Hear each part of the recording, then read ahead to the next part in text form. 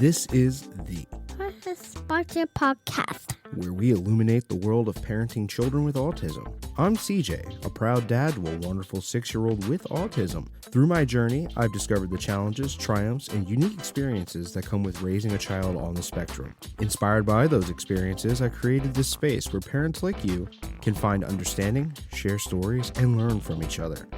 Join me as we explore insights, strategies, and support, all while celebrating the brighter spectrum of our children's lives. Now, let's dive in and cast light on this path together. Sitting down and talking with me today is photographer and author Mary Berridge, mother to autistic son Graham. Mary, thank you so much for hanging out with me today. Thank you for inviting me. Yeah, it's fantastic. I'm actually really pleased and excited about all the response I've had for gaining guests and scheduling for this show, and just in general the support and like I said, just in general, people just being excited about this project that I have going on. You had reached out responding to an ad that I had placed in a Facebook group, and that's kind of how we met. And then you sent me your book over, and I got to take a look at that. And you're a mom. Your son's name is Graham, and you have a great story. Just bringing you in here, is there anything else that you would like the audience to know before we kind of get started? No, I think we can jump in. Okay, fantastic. So like I said in the pre-conversation before the episode, I really kind of like to get your kid's story out first. And what was that like? When did they first start showing signs, and like what was the evaluation process like for you? Just like tell us your story. Graham had a lot of various problems when he was younger, starting with a speech delay that the pediatrician diagnosed around, I think less than 1 year old. And so he ended up having a kind of intensive early intervention for speech. And he went from being very delayed in that to eventually being like in the 99th percentile for verbal cognition by the time he was 4 years old. And that, I realized later, is like one of the signs that your kid's probably on the spectrum. So there was the speech was the first thing. Then there was motor skill delays and sensory sensitivities and food, like a lot of anxiety around food and anxiety around new experiences in general. And that eventually, I think maybe it was the food thing that got us to take him in to be evaluated for the anxiety, and they gave him a general anxiety diagnosis. So for the first several years of his life, he had all of those things going on: the anxiety, the speech delay, the motor skill delays, the sensory sensitivities. And then he also ended up being, in many ways, like the quintessential little professor. He definitely had special interests, and he became extremely knowledgeable about them. And he didn't end up getting an autism diagnosis until he was 7, when he got an Asperger's diagnosis, back when that was still officially a possibility. And one of the reasons that I did my book project was because when I look back on it, I think, oh my gosh, in so many ways, he was the textbook Asperger kid. Like it was just, he checked so many boxes, but he didn't check every single box. He didn't like flap his hands, and his eye contact was okay, and he had a few friends. And I think that a lot of the people who evaluated him, whether psychologists or occupational therapists or teachers, I think that I would say, because there was some other kids in our family who we were relatives who had kids on the spectrum. And so I knew it was a possibility. And I would ask them, do you think he could be on the autism spectrum? And they'd say, no, he's just quirky. No, he's just Graham. No, he's just, he just has sensory sensitivities or whatever it was. And I think as a parent, you kind of, if professionals are telling you that, you're happy, right? Because autism has this terrible reputation. And so, we just went along thinking like, okay, he's just quirky. He just has these particular issues, but he doesn't have autism. And then finally, he was diagnosed with it, and that then we started to learn more about it, and it just became so clear that that explained so many things about him. And I really wished we had known earlier because we could have made his life and our lives so much easier if we had known. If we had done things like schedules and Yeah. had more routine and more structure and all those basic things that you can do for people on the spectrum that can make a big difference. But we just had no clue. We didn't know. Did you have So like that's any one of the reasons I did the trouble book. understanding like certain like behavioral responses, like things that would typically be considered like you like misbehavior or tantrums Hmm. in the neurotypical children? Like, was there any like confusion in that too? Yeah, I think we didn't understand why he was so, afraid of all new experiences, and I would try to just get him to do things, and I'd try to get him to eat new foods, and I'd Hmm. set up sticker charts and little rewards, and none of that worked. Right. Right. Because he's stubborn, and because I wasn't, we weren't approaching it the right way. Hmm. Um, yeah, I so saw yeah. I saw in your book that you had mentioned very specifically a cherry pie incident, because it seems like the food pickiness and the aversion and the meltdowns when being introduced to new foods is like a very prominent a thing with Graham specifically, and Yeah, I see a lot in the especially in the support groups that I'm in. A lot of other families are going through that yeah. sort of same thing where they can really relate to this. So Mhm. that the cherry pie incident specifically, Yep. um, what exactly was like? Because you mentioned it in the book, but it Right. wasn't like super So detailed. well, just what happened was we were visiting relatives around the holidays, and the mom brought out a cherry pie that she had made, and she put a piece in front of everyone, including Graham, and he looked at it, and he just burst into tears. Um Totally freaked out over this piece of cherry pie. And this mom had experience with kids on the spectrum, and she just looked at him and she looked at us and she was just like, that's not normal. Um, so why did so why did he freak out over a piece of cherry pie? I think because it was a new food that he wasn't used to. Also, it was hot out of the oven, and he hadn't touched it or anything, but I think he knew. I don't know. I guess I thought maybe he knew that it was hot or warm, and that was another thing that kind of he had anxiety around in terms of food, was like temperature, things that are particularly warm or hot he didn't want. And I also, because we were visiting other people, right? So it was a change. We were away from our routine. We weren't at home. We were somewhere else. We had traveled, all that stuff, just the newness and the difference, really. But yeah, I cite that in the book because it was Mhm. just this moment where, where she just said, that's not normal. It's like a Um, clarity moment, right? yeah. So, my little guy specifically has this like all of his safe foods is like a yellow or a white color. Was it like Mhm. maybe the color affect him? Like, does he have other responses to He like didn't, the food? color wasn't really a thing for him. It was more Hmm. just new foods, and then, certain Hmm. Hmm. textures, temperatures. But he really has grown out of that. He Yeah, eats yeah. You kind of he do eats get a like a tremendous good variety of food now. that's fantastic. Mhm. Honestly, I'm looking forward to that as a parent right now. My son's on a feeding clinic list. Uh-huh.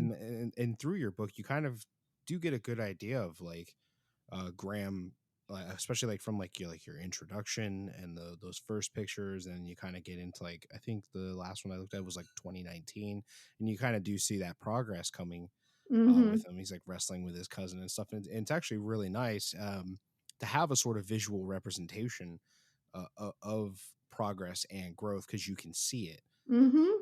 Um, but it's really interesting that this is sort of like very food centric. And the other thing that I thought was interesting was that there's sort of this like backwards dichotomy with your situation specifically, where usually it's the parent who is sort of like in denial of the situation, where you were more like advocating, Mhm. like no, this is something you need to look at. And it's like everyone else was like, maybe not.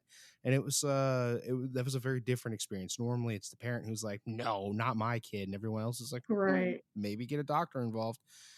So kind of like, what was that like for you? Because I know that's sort of like a unique experience and not very common. Mm. Um, I think that there's so many people who are on the spectrum who, there's so much information, misinformation, and so many stereotypes about what it means to be autistic. And um, I think that there's like a tremendous number of people who don't fit those stereotypes. And like Graham are kind of, uh, even though he's textbook in some ways, he's not in other ways. And he passes for neurotypical much of the time.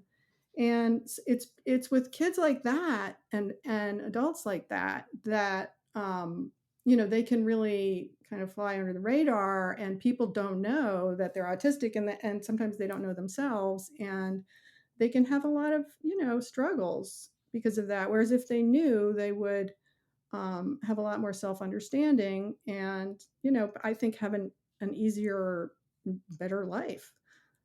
So that's one of the things I try and do my book has all different types of young people on the spectrum. It's mostly kids. There are some young adults, a bunch of teenagers. There's a couple of adults, um, but and they really vary. Like there's some who are nonverbal and will never live independently and that sort of thing. And then there's other ones like Graham who are really where relatively speaking the autism is kind of subtle at times, but you know what I mean about how relative that is. Um, Yeah. Yeah. so I yeah I'm kind of on a soapbox about let's try and get more people diagnosed. Let's try and like educate people about what autism is and what it can look like and how it doesn't always look like the stereotype that everybody pictures.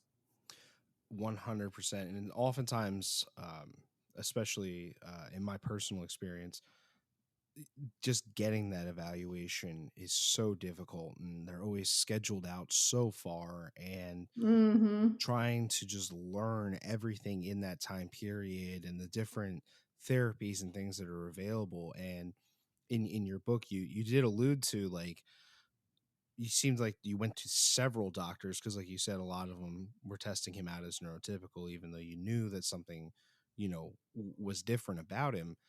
And for you specifically, like, what was getting that evaluation for that diagnosis that you knew he needed? Like, what was an experience like? Well, it was funny because the guy who finally diagnosed him was a psychiatrist who we had taken him to for his kind of general anxiety. And after meeting him with him once or twice, he said, "Oh, he said, I think he has Asperger's. I think uh, he certainly can get an Asperger's diagnosis for as far as insurance is concerned." And I was kind of like, "Huh, what is that? Like, is he real? Does that, does that mean he really is autistic or he's not? Or what does that mean?" Anyway, um, eh, so even then he was kind of like hedging a little bit. So I could we were sort of gradually eased into it, I think, because over the years there were all these signs, um and we kind of got more used to the idea, and then but then that actual diagnosis was qualified a little bit. So again, we were still kind of eased into it, but once we really, even despite that, even despite the easing into it over the years, it was still hard for sure. It was still, people. It's a big scary thing. It's a big scary thing, especially because there's so much stigma. Absolutely. And what was that like for you? Because it seems like you went through several doctors. Finally, you got to this psychiatrist. He gave you that diagnosis. You have the answers you need. What was that sort of info bomb like for you? Where did you go through emotionally at that point? And then how did you come to that point of acceptance that eventually led you to the advocacy that became your book? Well, one of the things was, I mean, it was really tough. It was really tough because of the stigma. And you think, oh my gosh, what is his life going to be like? Is he going to have friends? Is he going to, you know, um, have a family and live independently and all of this stuff? But eventually, though, I came to realize that so many of the things that I really loved about him were actually connected to his autism. Um, and it's all those things that you don't, that in general people don't really know the good things. They only hear the bad things. But there are so many things that are um, I mean, he's super curious. He loves having, even when he was a little kid, he loved having conversations with adults and like listening to NPR and talking about, history and world events and he was very I wouldn't say not earnest exactly, but very straightforward, very honest. Um, Sensitive, sometimes a little over too sensitive, but also very just sweet, all these things that like are not people don't think of when they think of autism. And so that, that's eventually what helped me really come around to seeing autism as not all bad, but actually having a lot of good qualities. Yeah. Yeah. I mean, And not to say that it's not, it is a disability for sure, and it can, and there are a lot of, there are a lot of difficulties that come along with it for sure, but there's also a lot of good things. there really is, and you learn to really appreciate the small things, like Mhm. like these smaller victories and milestones when they finally reach them, that people are like, my kid did that at 3. It's like, well, you know what, I've been waiting for this moment for 6.5 years and it's Mhm. finally here. Yeah. And you're just the absolute overwhelming pride you have when they reach one of those points. um do you have a couple of those that come to mind when you're thinking about, like, Graham's development, like something that maybe you really wanted him to achieve that he eventually came to? Um, well, he, um he has quite a few friends now, and, that was kind of when he was younger, that was harder. Hmm. He would always have a few friends, but he didn't really have close friends so much, and he was kind of on the outskirts, um, and in starting in middle school and then in high school, he started getting very involved with clubs, like technology clubs, robotics, and quiz bowl, which is like academic trivia. And now he's in college. He's a rising junior at University of North Carolina, and Mm. he's on the quiz bowl team. And he has this great group of friends from it. And they also go out once a week to trivia night at the bar and play trivia. Social victories are such a huge thing, and so many of us look at the way our kids interact with other children, Mhm. and just the out of the box way that they do things. Like, did Graham initially, like when he first started meeting other kids, was he like parallel play, or did he actually take to like playing with children naturally? I remember definitely when he was, yeah, like I remember preschool, he was definitely parallel play Hmm. for sure. And, and then gradually that kind of got better over the years, but it took a long time.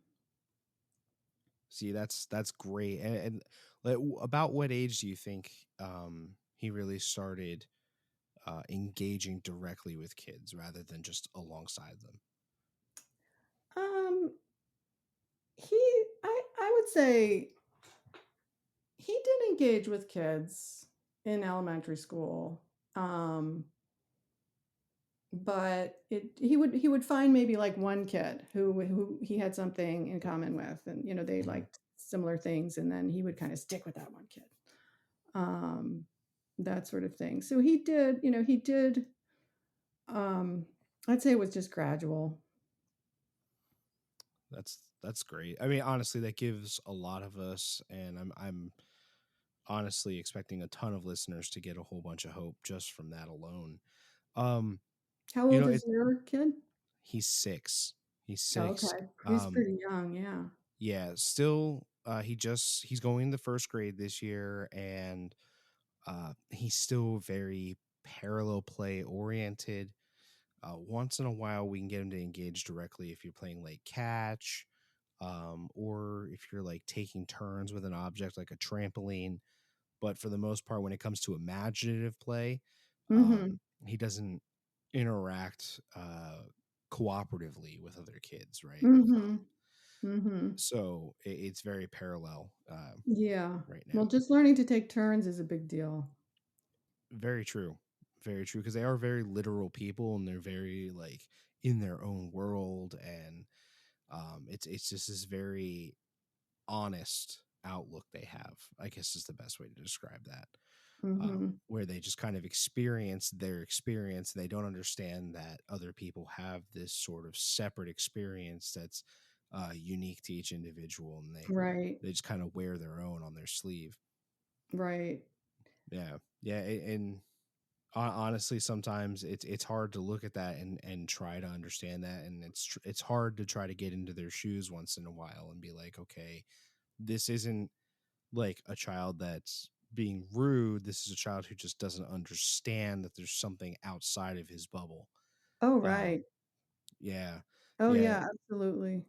and yeah, in previous episodes, we've had a discussion about how like sometimes like when they kind of get into that sort of behavior, especially if you're in like a public place like a grocery store or something, other people stare. Sometimes they even Mhm. go as far as to make comments about Yeah. how you discipline your child. Did you go through any of that with Graham? Um,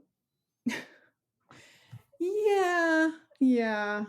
I remember this was, like, one of my low parenting moments with him where, like, it Mhm. took him forever to learn how to ride a bicycle, and it was just the motor skill thing and also Yeah, the, like, sensory, I think, vestibular, like, the sense of balance and stuff. He just was, um it just took years. It took years, and he would sort of like, he finally was on a bike with training wheels, and he was kind of getting to where he could ride it, but if there was, like, the slightest decline down, like, if he was on a slope at all, like, even if it was barely imperceptible, he would start to freeze up, and I remember once he was, like, so close, and he'd kind of be getting it, and we were on this pathway, and, he just froze, and I just started yelling, "Just pedal! Just pedal!" Like, yelling really loud, and this neighbor came by walking her dog, and she looked at us, and she was just like, "He'll get it. He'll get it soon," and I was so embarrassed. I was so embarrassed that I had just, I was it was it was just so frustrating, yeah, because and then I found out, like, I had a friend who paid an, occupational therapist to teach her son to ride a bike, and it took, like, 2 sessions. Like, yeah. that oh my gosh, that is so worth it. The Hmm. bike riding a bike, swimming, all that stuff. If you can get a professional, it will save you, I mean, years of heartache. Yeah, yeah. My son started occupational therapy, and behavioral therapy, and speech with kindergarten, and up until he started the school year and got into these therapies, he was pretty much like nonverbal. Um, some of his fine motor skills, or some of them still need where he still can't pedal a bicycle correctly. He desperately wants to ride one, he just cannot figure it out, Mhm. and a lot of things like that. And in the first 3 months of him going to these therapies, there was this like dramatic improvement. And at first, kind of like my own ego got involved, and I felt really bad, like I had failed him as a father. And I just realized that like these professionals deal with these kids every single day in numbers, and Oh, they've been yeah. doing it for years. They know exactly what they're doing. And Oh, yeah. I grew up in a traditional household. You learned a certain kind of way. You kind of just picked things up and you Right. figured it out. And it's Yeah. just not. It's a different world Oh, with it's these very kids. different. It's very different. So worth getting help if you can get help. Yeah. Yeah. And what sort of therapies did Graham go through? Did he have to do speech? And I mean, you He mentioned did. He had occupational. a speech therapist come to our house like 2 or 3 times a week for like a year or something or longer. Mm, And she totally taught him how to talk. She was great. Um, and he had occupational therapy, for, sensory things and, anxiety in general and, um let's see, in school he had OT and his handwriting was horrible and, is still not so great, but they were like, "It's okay, just, as soon as his hands are big enough, we'll teach him to type." And that's what happened, and the OT taught him to type at school, and he's a great typist, and he's a good writer now. Writing was the hardest thing for him to learn, not hmm just motor skill wise, but conceptually. And that's very common with autistic kids.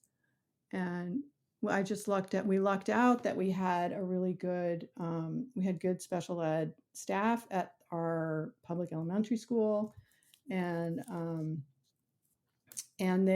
he was removed he was in a mainstream classroom, but he was removed for small group for writing, and for I don't know a year or something, he would a couple days a week he would go out with the special ed teacher with a few other kids, and they'd work on writing, and they'd teach them to do it in a way that you know that they understood, with a lot of simple graphics, and they could write about things they were interested in. And it was a small environment instead of, a big noisy classroom. And he totally learned how to write. And that I think was like the biggest academic thing for him, um, by far overall was that. And because uh, he he would like, even though he let's see, by like age, see, first grade, second grade, he couldn't. His special interest was military history. At that time, it was the Revolutionary War. He could tell you off the top of his head a factual history of and detailed history of the Revolutionary War in like a professor's diction. um, but if you asked him to write one sentence about anything, like what did you do on Halloween, or what are you doing tomorrow? Anything, it didn't matter. He would have a meltdown. He would just, he would be sobbing beside mm, himself. So this, if that hadn't been handled well, he would have just started hating school. I could see him starting to, just being a school refuser or something. Like, I'm so grateful to these staff that they knew how to deal with him and they helped him. And then he went from like, absolutely petrified to write a sentence to being a great writer. So I that's know that great. in, you know, in education, a lot of people are very reluctant to have their kids removed from the mainstream classrooms, even hmm for pullouts like that, for little tutoring sessions here and there. But boy, it really worked for us. And, ideally it's nice if they can be in a mainstream classroom, but for certain things, I think it makes a lot of sense that it's better to pull them out, right? Where they're in that, calmer environment. Yeah, so my son is fully in special education right now. They're hopeful that he'll be able to integrate into standard classrooms somewhere in the area, third and fourth grade. But presently, he's just all day in special education, and the programs, like you said, they're phenomenal. They do an incredible job with these kids, and like I said, initially, I kind of felt a little bad about myself, but I was so proud of all the progress he made. And it's great when they come home. And I remember the very first time um, he spoke an actual sentence to me. He asked me for a cup of water, Mm. and I broke down and cried because my Oh, son finally spoke to me. You know, he didn't wow. just like point and scream and, you know, or take me. His big thing was he would take you by a hand and he would take you and he would like thrust your hand in the direction of something. And from Uh-huh. there, it was a guessing game. You know, there could be 8 or 9 different things in the area he put your hand, and one of them is correct, and you've got 2 guesses before he freaks out, Wow. you know? Yeah. So, yeah, the very first time he came, he brought me his cup and he said, "More water, daddy," and I cried. Oh. Yeah. It was great. Did you have any experiences like that with Graham where, like, you were just overwhelmed with emotion yourself when he achieved something? Um, yeah, I mean, I'd say that kind of happened a lot, but, I don't know if I can think of any exact. I mean, later on, this is in my book, let's see if I can find it here. I came across he used to be on Quora a lot, like answering Mhm. questions and asking questions, that's an ask question, get answers website. Yeah, And, yeah. I once in a while I use that, but it always wants me to not register. It wants something from me, and I never want to do it. uh-huh. So Well, I kind of like avoid the site, but it is good if you can get on there for specific questions. yeah, I mean, I think it's interesting, that that's what he for many years, that's what he loved to do, was he loved to answer people's questions. And sometimes he would ask questions, but I think a lot of the time he was answering people's questions. And he became like a so-called world expert on Game of Thrones because he became, even though he never watched it, he would read about it.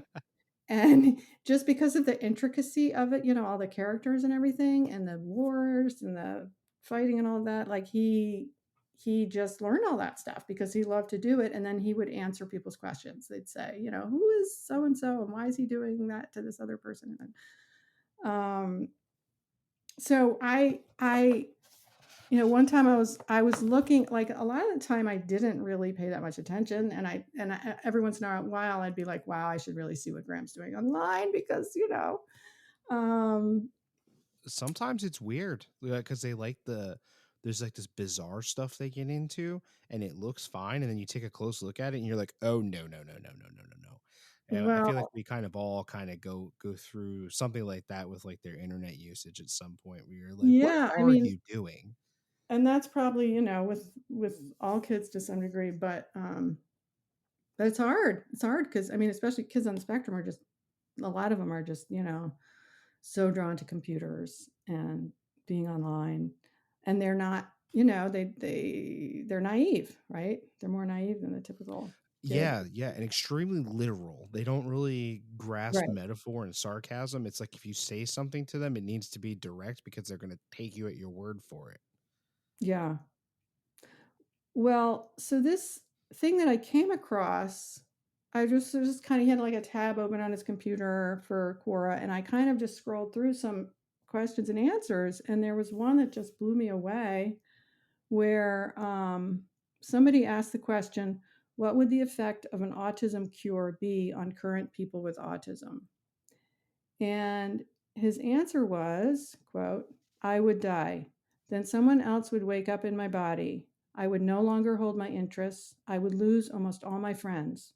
Without what made me me, I would be a shadow of what I was. Ironically, I would be almost disabled, the very thing they would be trying to cure," quote unquote. How old was he when he said that? I think he was 13. That's incredibly, like, just just deep and, um, people who know me outside of the show, they know I have this obsession with, experiencing and understanding the higher truths, the attainment of the higher self, and having that sort of insight and firm understanding of the self and that self-actualization is something people twice my age Right. struggle to grasp. Right, right, yeah. That's amazing. Yeah, yeah, I so that's genuinely impressed with that sort of just very firm grasp of the self. I think he made Carl Jung blush with that one. Mhm. That's Yeah, so that great. definitely blew me away, All right. but I think, also uh this is what a lot of people now, I know you're interested in the evolution of how people think about autism, and this is how what a lot of people realize now is that the autism is often integral to the Mhm. person's self. And, you know, that's why some autistic people don't like it when you say, well, let's do research to find a cure for autism. And they say, what do you mean? Because then they would cease to exist if there were a cure for autism. So it's Yeah, partly like, 100%. a self uh, um, empowerment thing. But, then there's the flip side, which is for some people, autism is just extremely debilitating, right? Mhm. And incredibly difficult on families. And, so I don't think it's either, one way or the other, but I do think that, um, I am glad that I do think that it's true that a lot of, the autism is integral to somebody in many ways. Yeah, I absolutely agree. Like when it comes to my son, I would never, if they had a cure and they offered it, I don't think I would I would make the choice. I don't think I would say, "Hey, yeah, go ahead and do it." If he wanted that later in life and he chose that, well, that would be up to him, right? But Mm, I don't think I would choose that for him just because, while there are a lot of things that I can't wait for him to finally reach that developmental stage for, and things I would love to see him being able to do, if they did cure him of that autism, I think your son is 100% spot on. There would be just a loss of who that person was and the way he thinks and the things that he does and the way he expresses himself and yeah, just that complete change of character, and it wouldn't be the same child that I've known for his entire life. you know so yeah, yeah, 100%. mhm, um at this point I'm kind of want to pivot and kind of get a little more into you, and how raising Graham affected you. And I kind of want to start with what eventually became your book and your interest in photography. Was that a thing pre-Graham? Is that maybe something you picked up while raising him as a sort of yeah, like that was that escape? was that was pre-Graham. Okay. I just wanna say one more thing about Sure. the previous section, just that when you asked about therapies, I wanna I one thing I feel like a lot of parents don't know is that I'm in my mind, like, one of the most I mean, there's a lot of therapies and a lot of them are important, but one of the most important ones is this good social skills therapy group.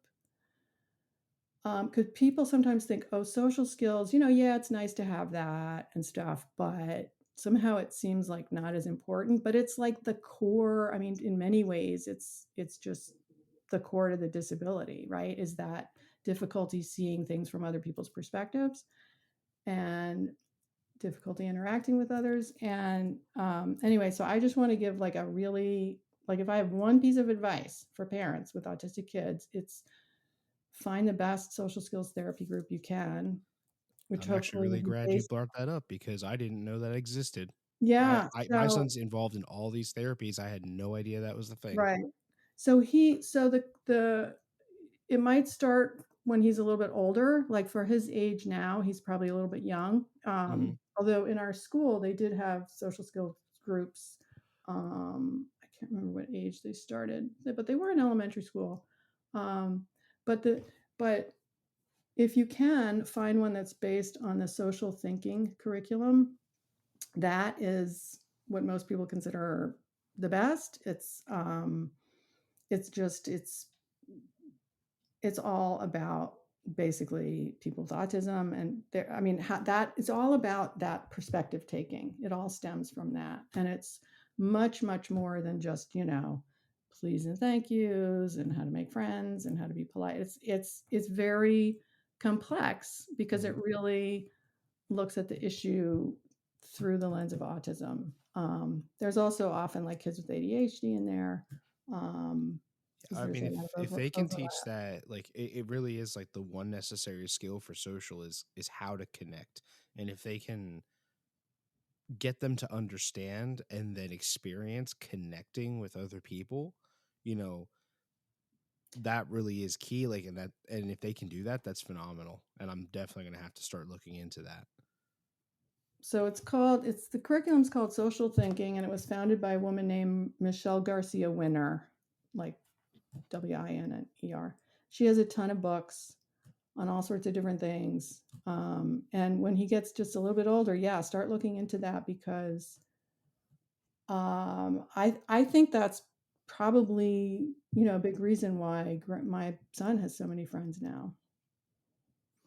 And it's all about that perspective taking. Basically, like what I do will affect how this other person sees me and thinks about me, and therefore will affect their behavior towards me.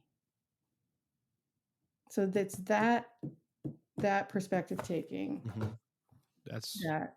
yeah, it's that. And honestly, I've been trying to get him to understand that because there's like certain concepts he doesn't have, or like he doesn't understand possession, which it's a double-edged sword, right? So it's nice where if he's playing with something and another child snatches it from him, I don't have that sort of negative.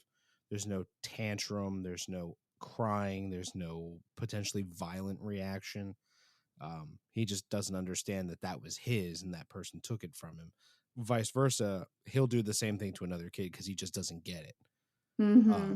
So like, yeah, that would be phenomenal to be able to get those concepts in some sort of format that he can then understand. Um, and I actually really appreciate you bringing that up. That's great. Um, but yeah, let's pivot back to the Okay. photography in the book, and Right. let's kind of get some story about that because I'm really curious as to, you take this love of photography that you clearly have, and then it transforms into this book, which was honestly incredible. Like just because there's a lot of people like me, and I'm sure at some point you experience yourself, and we've said it on almost every episode so far, where we have these kids, we get these diagnoses, and the first thing is you feel alone. And your book, it's not just words that you read on the internet that sort of like validates. It's this visual that gives you something that you didn't know you needed, and you're just seeing all these other people, and you know that they're going through everything you're going through, and then some of them are going through other things that you had no idea were a thing, and you can just see the connections they're making with their kids and everything, and like the different connections, and it exposes you to stuff that um you didn't know was a thing, like the one little girl who was like attached to like the pickaxe whose name escapes Mm. me. And Yeah, yeah. it's just like I didn't um but before you introduced me to your book, I didn't really have that sort of um need for like that visual connection to like it makes you feel good as a parent to a child with autism to see these photographs and be able to connect with people that you don't know and will probably never meet. So like let's go to the evolution of that. Like you have this love of photography, you have Graham, it becomes a book. How does that happen? Right. So how that happened is I'm a fine art photographer, and I when Graham was younger and he has an older sister. When they were younger, I was teaching on the college level, and I had like a finite contract, and it ended right before he was born, and so I ended up stopping actually. So yeah, I taught more when his sister was little, but um, and then I was kind of overwhelmed with parenthood, and I think part of that was because he was tough, so as I'm sure you understand.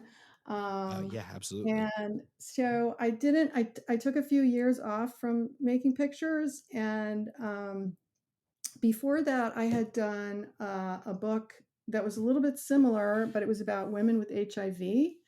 And it was portraits and then stories, narratives. And they were interviewed by a writer that I worked with on the book, and she interviewed them.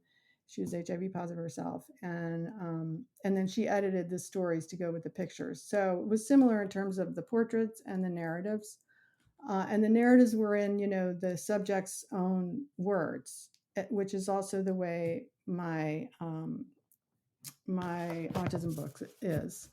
Um, so I really liked having that, um, having their voices in there. That was really important to me. So that was one book that I did. That's called Portraits, A Positive Life, Portraits of Women Living with HIV. And that was published way back in 1997. And then I lived in Moscow, Russia briefly, and I ended up doing a book later, many years later, publishing a book of photographs from that time there. And those were mostly more street kind of photographs with just being out in public in Moscow, right in the end of the Yeltsin years, like the very brief window of time when they were a democracy. So that's really interesting to look at now. Um, anyway, so I had done these projects, and um, the more I learned about autism, the more I just found it unbelievably interesting. And I read a ton. Some of my favorite books were from that time, like Look Me in the Eye by John Elder Robison, Neurotribes. You know those books? Me personally, no, I'm not very familiar with those books, and honestly, I probably should get my hands on them. Right now, I'm a cybersecurity student, and my whole life is absorbed in stacks of books on cybersecurity and learning coding Sure, sure. languages and stuff. Yeah, Um, yeah, my most of my knowledge of autism comes from either videos, my kids' doctors, his teachers, his yeah, therapists, and yeah. then honestly doing this podcast, which I know I only have one episode up right now, and the next one goes up tomorrow at this time that we're recording. But actually, this is going to be my ninth recorded episode. So this in this interactive way where I can communicate with other people who are going through the things I'm going through and their perspectives and stuff. That's how I really gain a lot of my knowledge. But no, you're 100%. I really should get my hands on some of these books. Well, these books are the two that I mentioned, which are my two favorites, are like unbelievably great reads. I mean, they're like Look Me in the Eye is a memoir, and it's absolutely hilarious and incredibly well written, and like a huge pleasure to read. And the other book, Neurotribes, is about the history of autism. And it's just fascinating. It's utterly fascinating. And it, um, it talks, it talks about how, like, there's Temple Grandin talks about how so many of the scientists and inventors and innovative writers and artists and philosophers, etc., if you look back at them throughout history, a lot of them had a lot of autistic traits, and it would be actually pretty surprising if they had not been autistic. And so that he talks about how, and it's seeing things from a different perspective, right? It's seeing things in a different way, that you combine that with like intense curiosity and special interests and the desire to understand how things work and all of that. And so you could argue that like a lot of human history and progress is like has moved forward because of autism. I mean, this is one of the main ideas in the book, and it's just totally fascinating. So that helped me as a parent too, like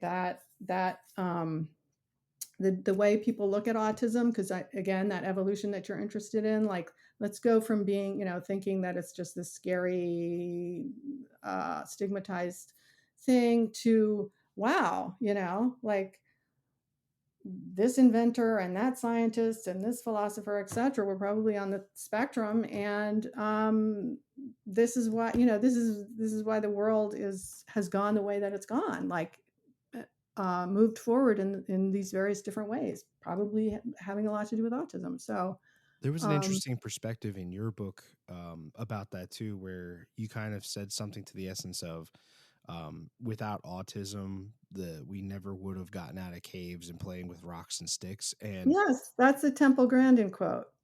yeah, that's sort of you know, for a moment, like when I read that, I actually went back, and the paragraph previous to that had mentioned people like Albert Einstein and Mozart, Yeah. um and I reread from that paragraph back down, and I was like, I never really thought about it like that. Oh yeah. Oh yeah. I mean, Temple is amazing, and I think the quote is something like, "If it weren't for autism, human beings would still be sitting around in a cave, socializing over the campfire without having gotten anything done." um, I yeah. mean, it makes a lot of sense. Yeah. So I mean, I just became completely fascinated by autism, and it just made sense for me. I was like, wow, I took a picture. We were on vacation in Texas in this kind of grungy motel room, and Graham was sitting in this light, and he had just gotten a book from. We had gone to the museum, the War in the Pacific, which is like what one of his biggest special interests at the time, and he had gotten a book on tanks, and he was so into his book on tanks, and he was sitting in this beautiful light, and it was like his that incredible focus that he had looking at that book and the beautiful light, and then it kind of contrasting with the kind of like worn fabric on the chair, and it was just this interesting contrast of like this. He looked kind of ethereal in the light, and yet he's in this not so perfect place, and it was just a real moment of, for me it was just like, that's an autistic uh, intense in moment of intense focus. That just is how a lot of autistic people are a lot of the time.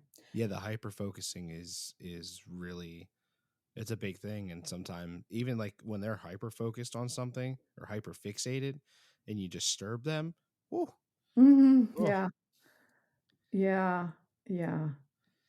So I photographed him like that, and I really liked the photographs. And I thought, you know what? I should just make portraits of people on the spectrum. Like that's yeah. So that's what I started doing. And I ended up doing it over, I think, 6 years or something. I mean, not, all the time constantly, hmm but because I became very involved with over the years, I had become involved with the local autism community. I'm on the board of our local chapter of the Autism Society of North Carolina. And I was also on the Special Needs Advisory Council for the school district, which is a group of like staff and parent volunteers who study various issues having to do with special education for a school district.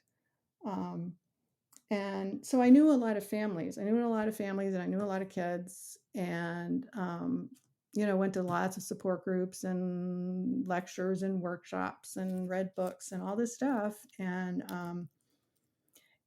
I wanted people to see the autism that I was seeing, which was not all Rain Man, and was not all, it was people. If you look at my book, you don't necessarily know that people are autistic, except that it's a book about autism. But um, it's a lot of the portraits show them sometimes in that intense internal moment of focus, but not all the time. Sometimes they're interacting with other people, um, or objects or hmm animals.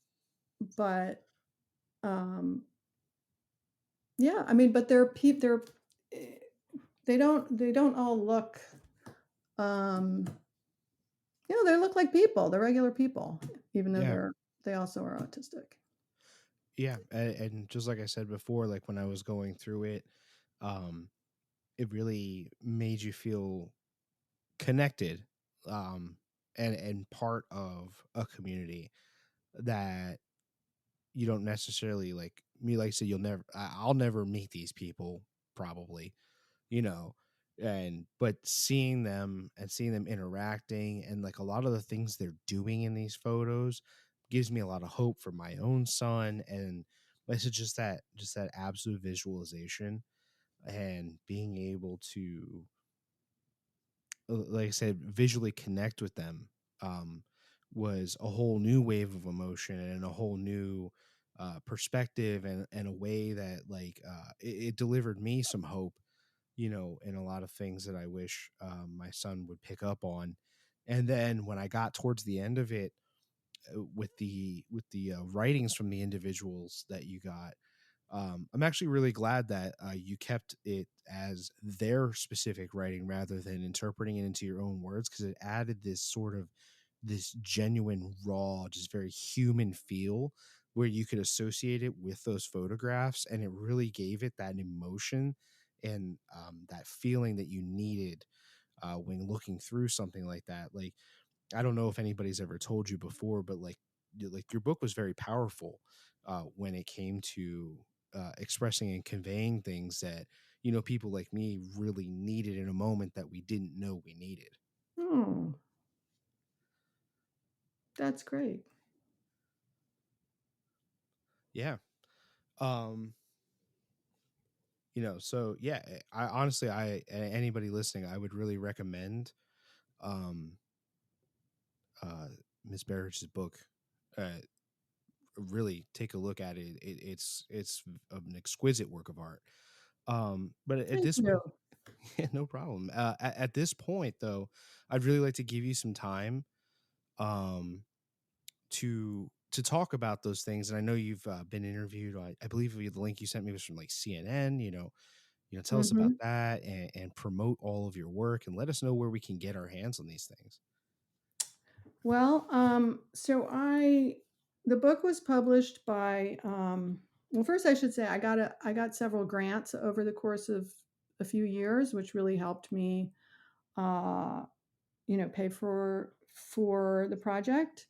And um, Eventually, a German fine art photography publisher ended up publishing it, and their name is Kehrer, Kehrer, and they print absolutely beautiful photography books. Photography books are extremely expensive. Well, ones that are printed well are very, very expensive to print. So you have to raise money, and it's very tough. It's very tough for photographers to publish books, basically. Um, but again, I was lucky to have gotten grants and things, and I was thrilled when CARE agreed to publish it because their work is so great, their design and their printing. And I knew that I wanted to have the subjects' voices in there because I just wanted them to be able to speak for themselves. And so I gave them all first I said, "Oh, you or your parent can write whatever you want about autism or about whatever you want people to know about yourself. You can write, or you can dictate, tell your parents, and they'll write it down, or I'll write it down, or whatever." And that was a little bit too abstract for a lot of them. They were like, "No, no, we want specific questions," and that makes sense. That autistic people would often prefer a more kind of concrete um, way of being asked questions. So I asked them, what are your strengths, and how do you think autism has contributed to your strengths, and what are your challenges, and how do you think autism has contributed to your challenges? And then I asked them some other things like, what are they interested in? What makes them feel comfortable when they're around people, like in social situations? Um, what is there anything they would like people to know about themselves or autism? So I definitely wanted to start with the positive. So you do have in a lot of the narratives, they will talk about those things, and that was important to me to get that in there. And I just like how their voices are so individual and different, and I think you get a really good sense of what how different autistic people can be. And then Absolutely. so the pictures for me are psychological portraits that, I just try to make as interesting as I can. Anytime I photograph somebody and make a portrait, I try and make it as good a portrait as I can.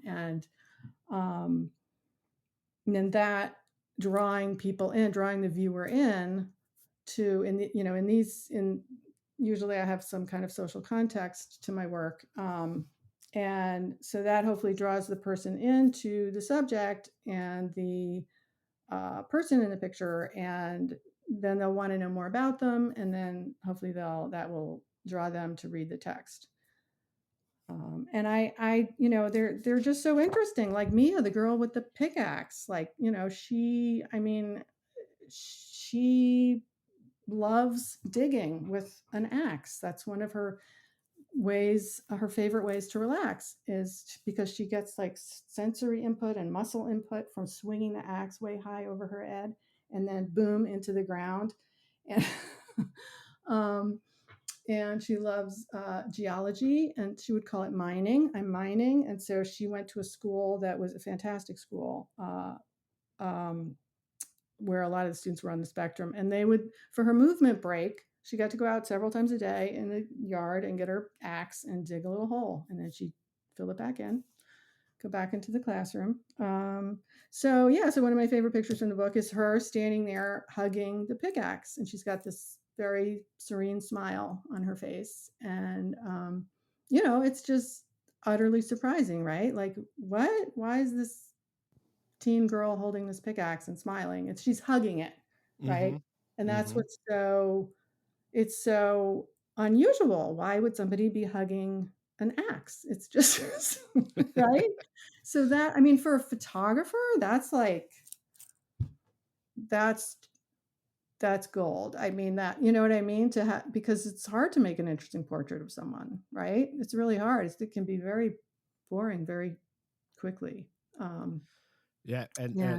that picture specifically really like communicated um like an answer to a lot of things, like me personally, like my son, he has like bizarre attachments to things that like Hmm. I'm like, why do you like that? And it just, in that picture, it was like, wow, like, okay, like they just like things and they have their own reasons. Maybe they can't tell you those reasons, but Yes. they like these things, and it doesn't have to make sense to me, you know, but it makes sense to them. And yeah, Yeah, it and was they do there was have a their lot reasons. said in just that picture. And they do have their reasons. Yeah, and like for her, it makes a lot of sense when you read about her and when she talks about it. But she can do that. She can talk about it. Yeah, Yeah. and that was the other interesting part too, is like you have to go through all these photos first, and like you sort of get these questions, and then those questions kind of get answered when you get to the bottom, and then all the writings are there. Yeah, we when we designed the book, we did that on purpose, like had all the pictures first, and then at the end are all the narratives. Hmm. Um, because I wanted people to experience the book in an emotional way and a visual way, just without the text kind of illustrating the pictures. Like I wanted there to be some room for mystery and surprises and emotions, and a psychological response. And I really like the way that you described your experience with the book. Hmm. Yeah. Yeah, no, I agree with you. I really think the way you set it up is fantastic. I think if you had intermingled the text with the pictures, it would have been almost distracting and Hmm. taken away from the next picture, you know? Yeah. Yeah. And the sequencing of the book, I worked with the publisher's designer and another designer, and the sequencing is really, they just did a beautiful job. Um, Finding various similarities and contrasts between the different pictures, and putting them together. And um, yeah, I think it turned out really well. And one thing I absolutely loved was the woman who wrote the preface, Hmm. Oh, Margaret with Sparler. all the Emily Dickinson. Yes. Hmm. Wasn't that beautiful? It really was. I It really mean, was. And she can't, like I mentioned in my introduction, that Emily Dickinson was probably on the spectrum, which is just super interesting. But then Margaret, totally on her own, went and wrote the preface and starts it with an Emily Dickinson quote: "Within is so wild a place." Like, if that doesn't describe autism, I don't know what does, you know? It's spot on. Yeah. And then I was, I wanted her to come up with a title for the preface instead of just calling it preface. And she got back to me a few days later and she said, "Well, I don't know how you're going to feel about this, Mary, but how about On Tiptoe?" And I was like, "What? On tiptoe?" Because Margaret, like, had some experience with autism, but not a lot. She was not an autism expert at all. She was Hmm. more of a photographer and a writer and an artist, and just I love the way she talks about photographs, which is why I asked her to write the preface. Yeah. But she had no idea that a lot of autistic kids walk on their tiptoes. Yeah, the toe walking is very serious. Yeah. Yeah, and Graham did that when he was younger. And for her, it was about how quiet the photographs are and how it was like I, as the photographer, and then the viewers they tiptoe around the pictures and the subjects, sort of, because they're just very quiet, kind of internal kinds of Yeah. portraits. And I was totally blown away by that. Um, I just love that. It is a very happy coincidence, right? Very, yeah. It's like I think you like can call that almost a synchronicity, right? Yes. Um, well, where can people get your book? Or is it like Barnes and Well, Noble, Amazon? How do we get it that? is on Amazon, but, it'd be better if they order it from my website, because that's the only way I get any, um, any money from it. That's like Okay. just a weird deal with the publisher where they give you a certain number of books, and Hmm. then they sell their books, their copies, and then you sell your copies, and, so that's how a lot of photography books are. But It's anyway, an oddly common practice among all authors right now. is it? Yeah. It is, yeah. I mean, ebooks and the end of the publishing print industry and all, just everything changed. It Uh, did. It's very sad because that physical book, I honestly, my favorite smell on the entire planet is when you uh-huh. crack open a brand new book. Yeah. Yeah. Yeah. There's a lot of just sensory input that it's neurotypical people you don't get with a digital book, right? Yeah. Yeah. And especially like photography books, right? I mean, Hmm. yeah. So my website is just maryberridge.com. So MaryBerridge,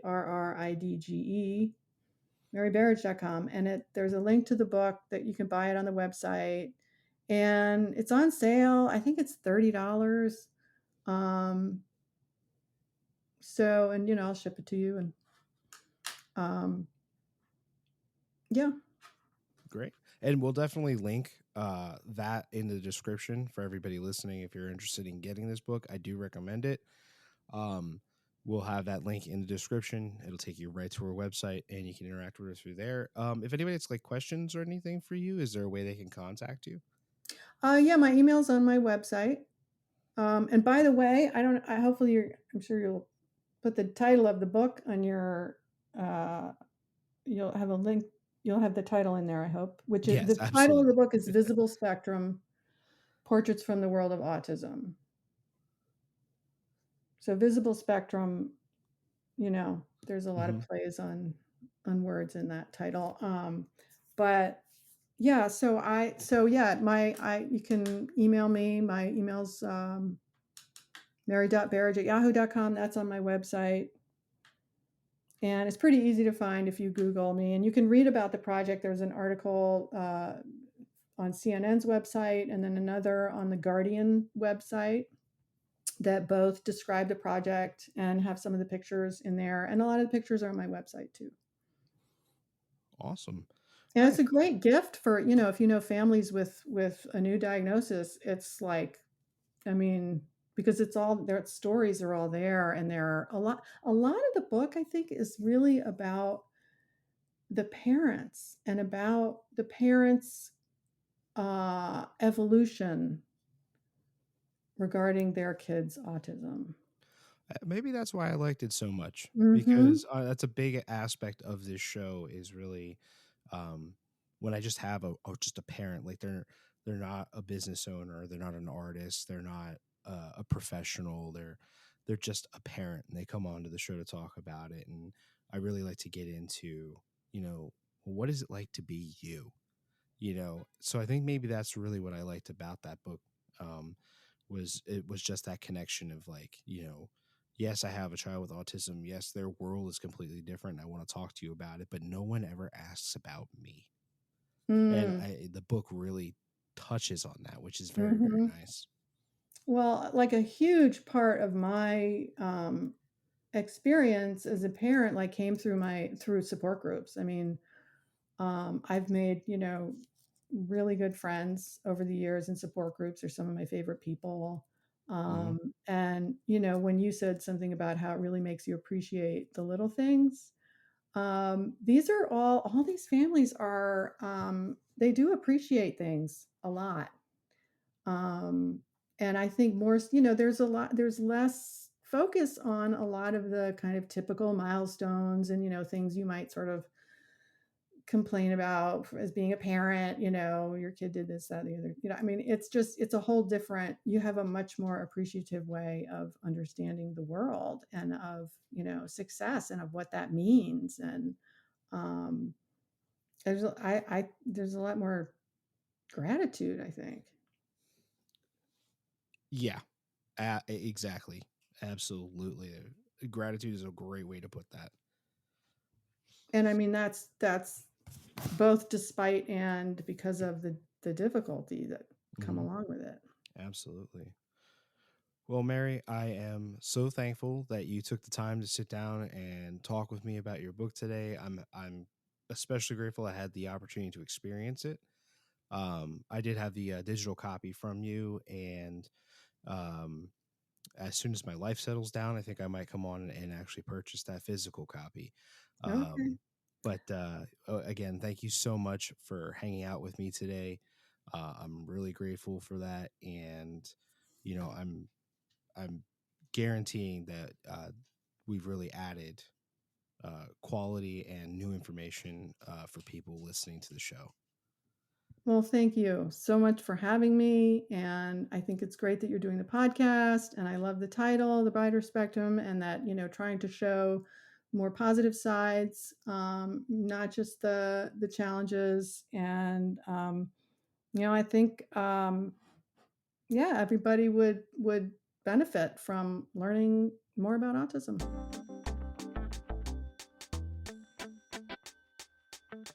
Thank you for tuning in to the Brighter Spectrum podcast. If you have any comments, questions, or stories to share, or if you'd like to be a guest on the show, feel free to reach out to me at brighterspectrumpodcast@gmail.com. I'd love to hear from you. Until next time, take care and keep shining a light on the journey of parenting. Thank you for listening.